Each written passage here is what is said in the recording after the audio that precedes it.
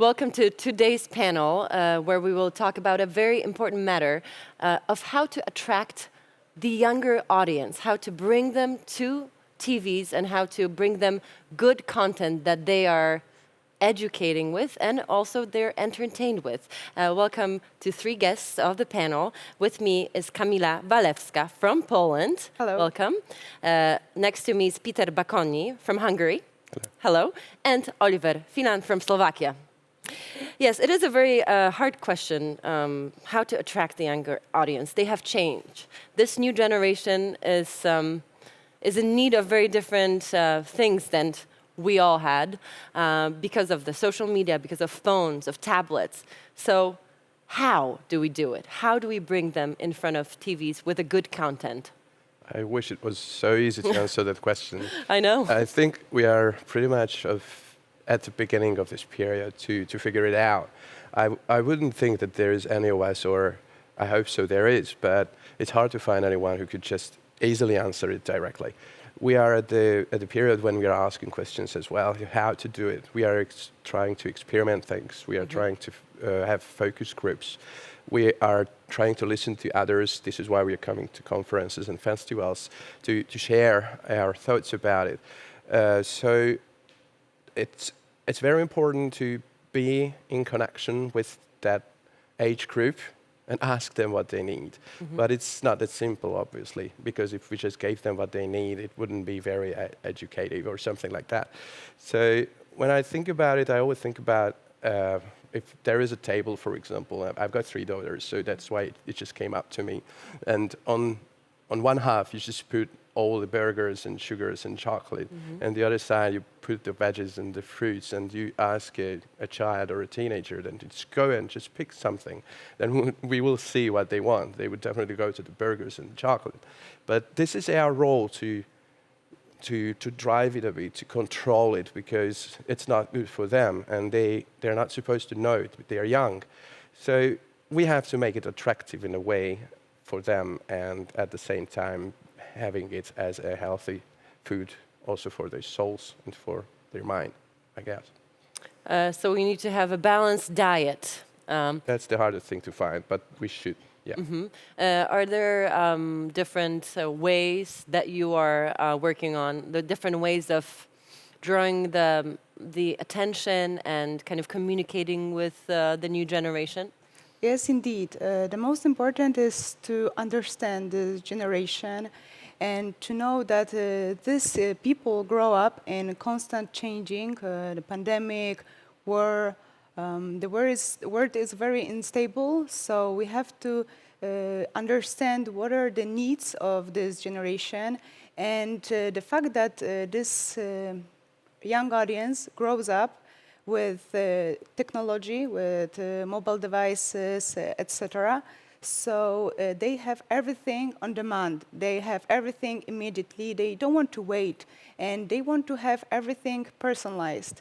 So it's very important to build the connection with this generation and to have a relationship between them, between us, and to build a bridge and a place where we can actually get to know each other, understand each other, and then we would prepare content for them. And it's very important to prepare authentic content and prepared for them, adjusted for them. So it's the moment to listen to them, to ask them questions and to listen to them. Oliver, how do you see this very difficult issue? Yeah, I have to agree with both of my colleagues, but I have a little different view because I was telling Peter before shooting, like I am kind of, I like strong dramaturgy, like the old school journalism. I don't want a table full of burgers and full of veggies. I want someone to pick the best burger and few carrots for me. And when I'm looking on this generation and I look at them now through music, I don't know how it's in Poland, but in Czech and Slovakia, the most most famous now it's trap It's kind of Trap. it's a kind of rap music, but with autotunes. And these guys have like millions of views, more than. It's not influencing. It's music videos produced really like high quality and really well produced. But the world that they are showing us, it's kind of nihilistic. Like this post-pandemic generation or pandemic and this generation alpha, they live in a world that seems like it's lost. I have a feeling that they feel lost. They have no self-conscience. That's why they look up to like these guys, and these guys are telling, in a way, like nothing matters, nothing is good, just money and drinking and party, because that is everything that is left. It's like I feel it like a huge burden on the generation, and I think that we have to find a way, of course, to speak to them, but to show them the bright side. The more interesting side. Yeah. So in a way, serve them something as a surprise, as an addition to burger and fries that maybe they will like more, if we can use that metaphor of food that you brought up, that I think it is, simple to kind of understand and visualize. With some chocolate coating on the carrot. Perhaps, and then they can taste the carrot and That's right. perhaps have the carrot itself next time. But Camila, you said something interesting, because you said that they like everything personalized. We do say that this alpha generation is a generation of individuals. Everybody is an individual. So how do we as public broadcasters kind of weave into that? How do we serve something that is good for each one individual? Well, the idea might be very simple, but how to make it, it's difficult. The idea is simply that previously we called ourselves public TV, television, public radio. We have to just turn to the new ways, and we are in general public media. We have to use the same platforms that they are using.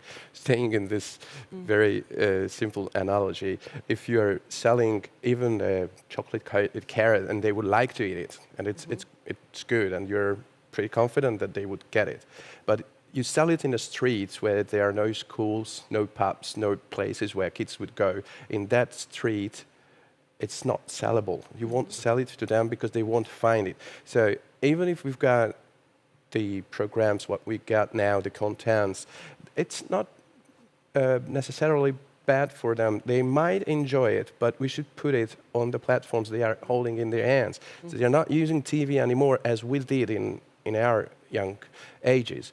The TV is just a screen, sometimes using for just having a bigger screen for our phone contents, but usually they use the small ones. So TV is not the same for them anymore. So the best food we'd like to sell for people who are not coming into our shop, they won't buy it. So we have to go there. So first we have to find a way for public media to go to those platforms that these generations use. That's the most This is important. actually what TVP ABC is working on right now. We're about to launch channel for teenagers, for alpha generation, and it's not going to be linear on television, but it's going to be just online. So this is the way to approach to this youngest audience, because they're not using television in the traditional way anymore.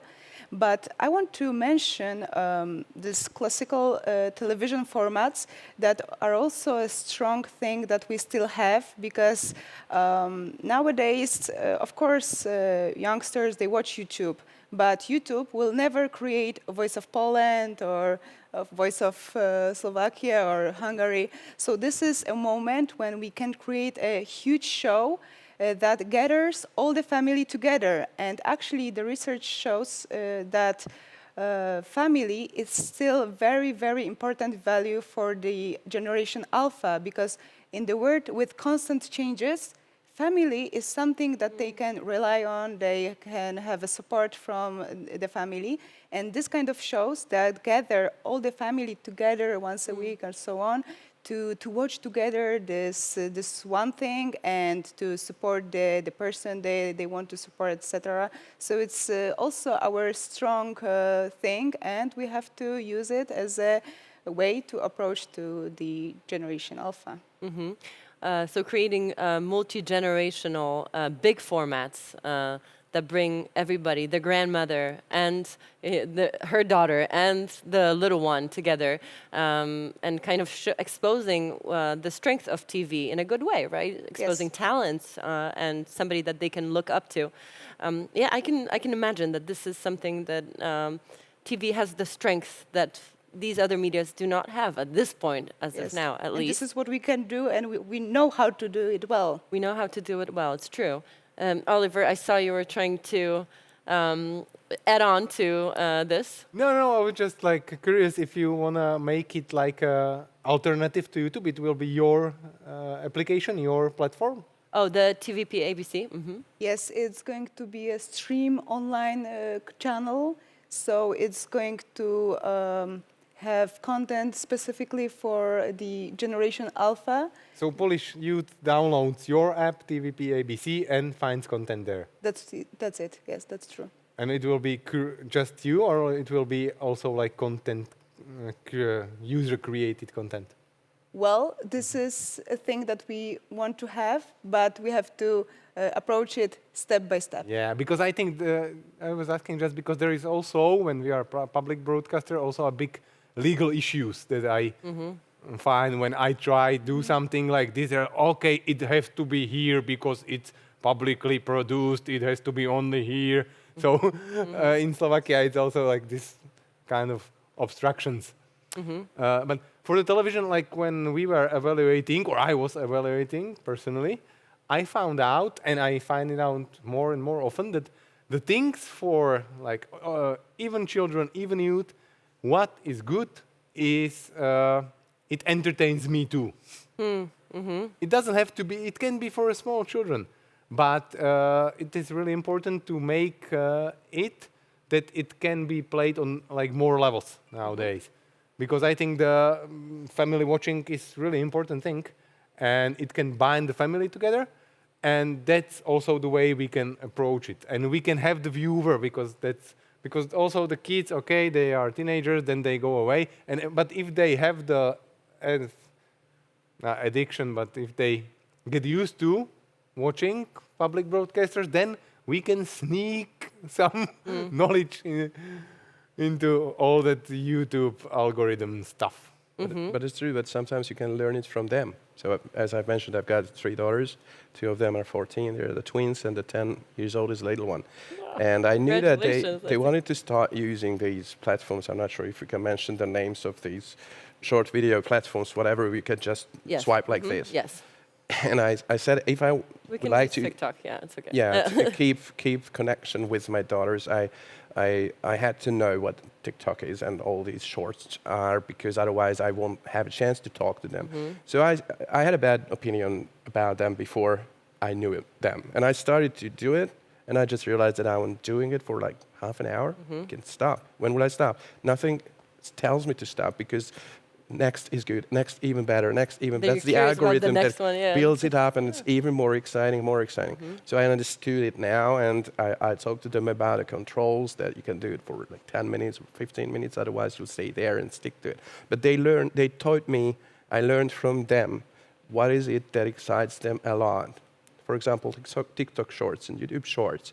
So there is no other ways, so we have to think as they think. We have to make short movies, shorts, for them, with public media content, somehow. Easy to digest, accessible content in that way, shorter versions. And it's true, because there's nothing bad with any of the social media, as we were talking before, but it can be a good thing. So it depends who you follow, what kind of topics are interesting to you. But because the dumb things, Oliver used that word before when we were talking, dumb things are 90%, maybe I can say that. That's right. Of the content. So that's why this is something that's very dangerous for kids. So how do we instead of stopping them, serve them the healthier thing. Create good content. Create So we good should have content. the role models as influencers. So we should find the way to have our own influencers in the public media with some content that is educating, that is well, good-hearted, and there's not that dumb. So I wouldn't reject and say that TikTok is bad. Don't do that. Let's Do it well. do it well. That's Do right. it well. That's good. And what do you think? Yes, please, Oliver. Yes, of course. No, I think that this is like a deeper maybe thing for me, but I think this is a question of, I think, educating the whole nation, not only the children, but also parents, also the grandparents, everybody. And I think we are getting out of the TV business, and we are getting also into the schools and newspapers. And because now, like the uncertainty in the world with all the hoaxes and pro this and anti this and corona harassment, A lot of like things, yes. it's like nowadays nobody knows what is true, what is not true, and that is really dangerous.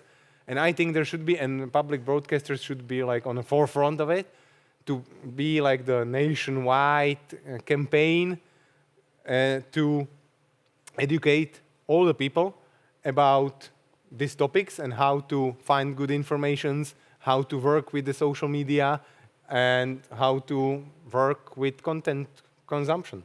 And I think the general thought is that the public TV broadcasters are going out of the physical TV. It's still public TV, but it's not only on the screen. So I think that's the biggest change. You probably see it in your own work because you're deeper into that very matter. But I do believe that this new generation, Alpha, is a smart generation. I actually believe that there's a lot that they can bring in and they can change the world. They're very sharp, they're fast, but they are looking for things. So that's why I think serving something on that street where the school is crucial.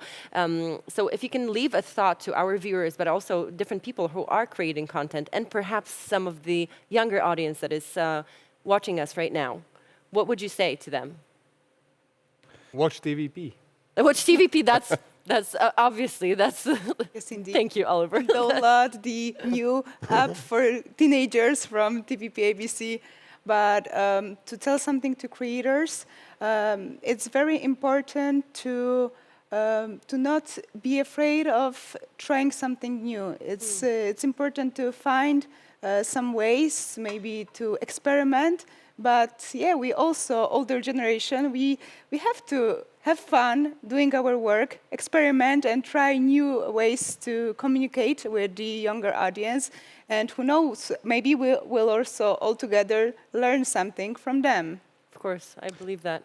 I wouldn't tell them myself what to do and how to do it. I would rather talk to those who are creating those contents. And I think we should be brave enough, even at the public media, to rethink everything that we've studied before and start to follow the changes. It doesn't mean that we should put the TV in the trash bin, because we have to keep it. It's very important, and I hope it's going to be important even for more decades. But it's not enough anymore. So if we want to touch those generations like my kids, that we have to change ourselves. We have to change very much, because otherwise no history, no morality, no Christianity would ever appear on those platforms that we are not on.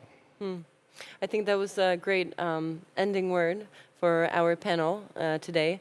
Thank you, and I wish you a lot of strength, passion, devotion to attract the audience, but I can see that you all have it. So thank you for being here, being a part of the festival, and I hope to see you soon.